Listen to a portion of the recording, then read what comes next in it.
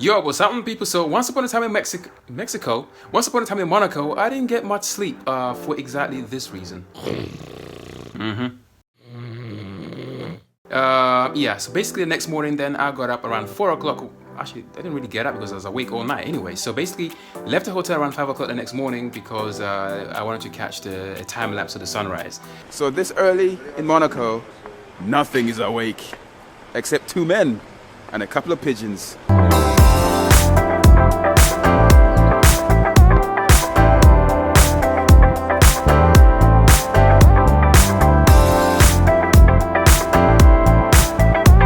So we kind of illegally climbed the Grand Prix grandstand that was being built at the time. It was kind of dangerous. There was drops at the side and behind you as well.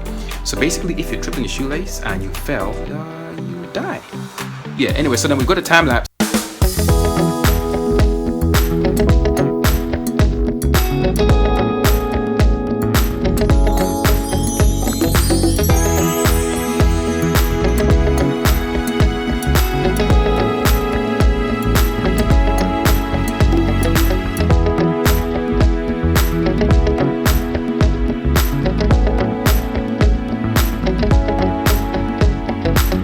Yeah, anyway, so then we got a time lapse, and then I was like, you know, I was too tired to do anything else. So I went back to the hotel.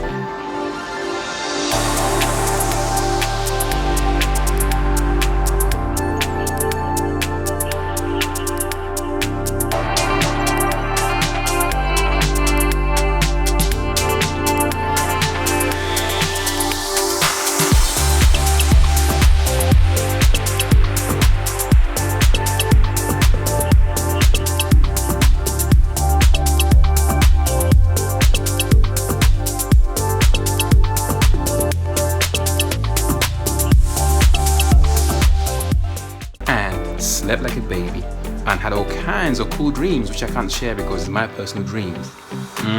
So then after that, talk chases and also the quiet one, also known as SOTC or Supercars in the Streets. Then we went over to Top Marques for the first time. Yo, what's happening, people out there? Today is day 2 of Top Marques, because now Paddy Bear, aka Talk Chasers, and the quiet one, Supercars on the Streets, are on the way to Top Marques for the first time. Yeah, he's a bit mad. And when we got there, it was freaking insane because outside was this boat. It was like a hyper supercar thing with Lambo doors and everything, and it was made out of carbon fiber.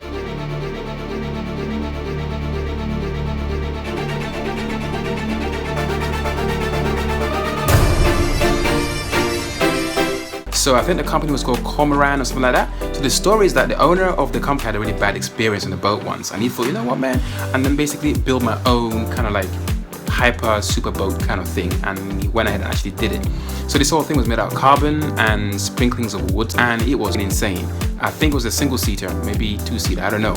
And I sat inside, or should I say on board, and it was really epic, man. The quality was insane, all the dials and everything was kind of cool. Best thing about this boat was actually you don't get one boat, you get kind of 3 boats in one. So basically a transformer boat. So it can be a catamaran, or it can be a boat. There's a regular boat, and it can be, I think there's a third thing, I can't remember where it was. The legs of the boat are kind of like on hydraulic jacks and stuff like that. So to get that fast, super smooth ride, you activate the transformation thing, and then the whole thing kind of lifts and flies through the water. So obviously I didn't get to see this actually doing it in the water, but that's what I was told anyway, and it looked kind of cool. We met this guy called Victor. Victor is not crazy, he's just very, very eccentric, and he had a new kind of electric motor that packs a lot of power, but it's really, really small, and he was very eager to give a demonstration, as you'll see in a bit. This direction is better. Okay. But I need place. You need space, yeah. Okay.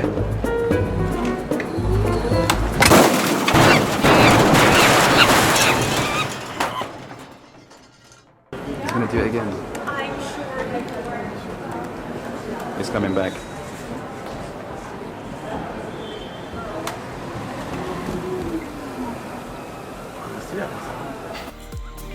Alright, he didn't really crash, right? That was my own imagination, okay? I just thought like for some reason that he would crash or something, and I thought what would happen if he actually did. So I kind of imagined the whole scenario, and he didn't really crash. He was a cool guy.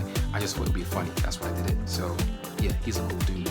So then after that, we went upstairs to the main car showroom, and boy, when I got it, the first thing that I saw was this.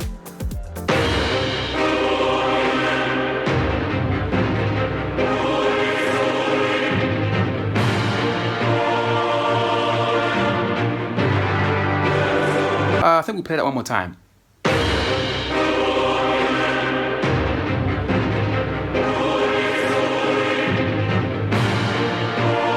While I was filming this amazing car called the Dendrobium, I think that's the name, Dendrobium, this beautiful lady basically decided to photobomb my shoot and decided to do selfies with the Dendrobium.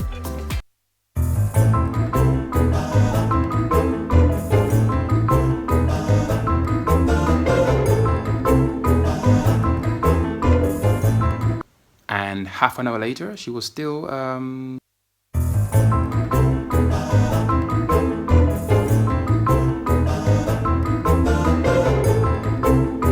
yeah, still doing a selfie.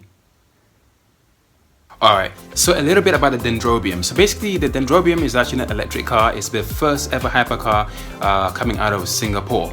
So I was told that this car basically was 20 years in the making. So the idea kind of was, how can I say, born, or was it, I don't know. Yeah, it was born in like 1996, 1997, but at the time it wasn't possible because battery technology wasn't quite there, because they're using like zinc acid batteries and stuff, and these things are huge and heavy. So basically this car, if made in 1996, would be the size of 4 Titanics or something like that, and probably weigh at least 10 Titanics. I don't know if that makes any sense. Probably doesn't, but you get the point. So 20 years later, the technology became available, and then the car became real. The Dendrobium is named after a family or genus of flower, or orchid even, so that's what Dendrobium is named after. And as it happens, Singapore's national flower is also called, I don't know if it's called a Dendrobium or it's actually an orchid. So that's basically what the car is named after. Now this car has 4 electric motors, 2 in each axle, I was told, and it will do 0 to 60 in 2.7 seconds, and the whole thing weighs, I think, 1.2 or 1.3 tons as well, so it's 1,300 kilos. They're gonna make between 20 and 30 of these cars in the whole world, so it'll be very, very exclusive. And cost-wise, you're looking at 7 figures, I was told. So not exact figures yet, but 7 figures. And the car was actually launched in Geneva Motor Show. And if you order yours now, you get it in 2 years. So in 2019 is when you get delivery of your car. What they said to me is that they'll configure the car depending on obviously what your requirements are. So you may want a different colored carbon or all that stuff, and they'll make it according to your tastes, but also according to the laws of the different countries that they're going to be delivering the car to as well. So they're going to be very, very customizable. So now this car is actually inspired by nature. So there are elements of waterfalls, for example, in the main front light design. The internals are very honeycomby and very, very organic looking. Although I did think it kind of looked more like the Knight Rider or something from the 80s, or maybe some kind of alien spaceship. And another really cool thing about this car is that the seats are 2 different colors. So you have the red seat for the driver, then you have the black seat for the passenger. The whole car is kind of focused around the driver. That includes all the instrumentation, where everything's angled towards the driver. So as a passenger, you just sit there and enjoy being driven, while as a driver, you have all the fun basically. And some really cool stuff is that the car doesn't have like a regular driving mirrors. It has basically cameras all around the car, so you get a full 360 view. And even inside, there's no actual driving mirror, so the driver gets like 3 screens basically, where he gets to see everything that's happening in and around the car, which is, I think, very, very cool. Battery range is between 240, I think it is, to 320 kilometers. And as battery technology also improves as well, they'll be able to basically add new tech and new cool stuff to make the car even better. So this car is basically going to be new all the time, because anything that comes up, you can add it to the car and make it super better. Oh yeah. The seats are kind of like muscle, I was told. So when you sit in the actual seat contracts how muscles contract, and it basically hugs you while you're sitting in the car. The way that the doors open is almost like an arm kind of, or 2 arms reaching out to hug you. And I ordered one, so in 2019 I'll be having my own Dendrobium, which I'll be driving down Sloane Street very, very quietly. Here is the car in the wild actually being driven. Oh man, there was no sound, man. And it's kind of weird seeing a hypercar of this sort and not being able to hear anything. It was dead silent. I didn't hear anything whatsoever.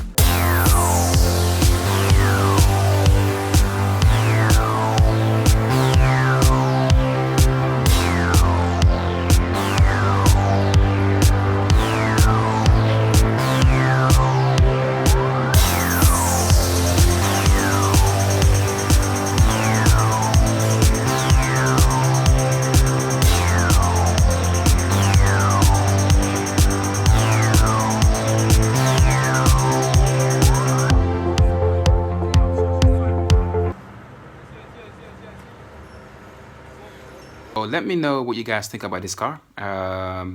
Will you order one if you can? Or if you could order one, would you buy one? Let me know what you like about it or what you don't like about it, and yeah, put it in the comments, and I'll catch you guys in the next video. As usual, give it a thumbs up, share, subscribe, and all that stuff. Yeah, I'm using my phone to record this because Muffy is not very well, so that mic is messed up, but the mic on my phone is quite good, so that's why I'm using it.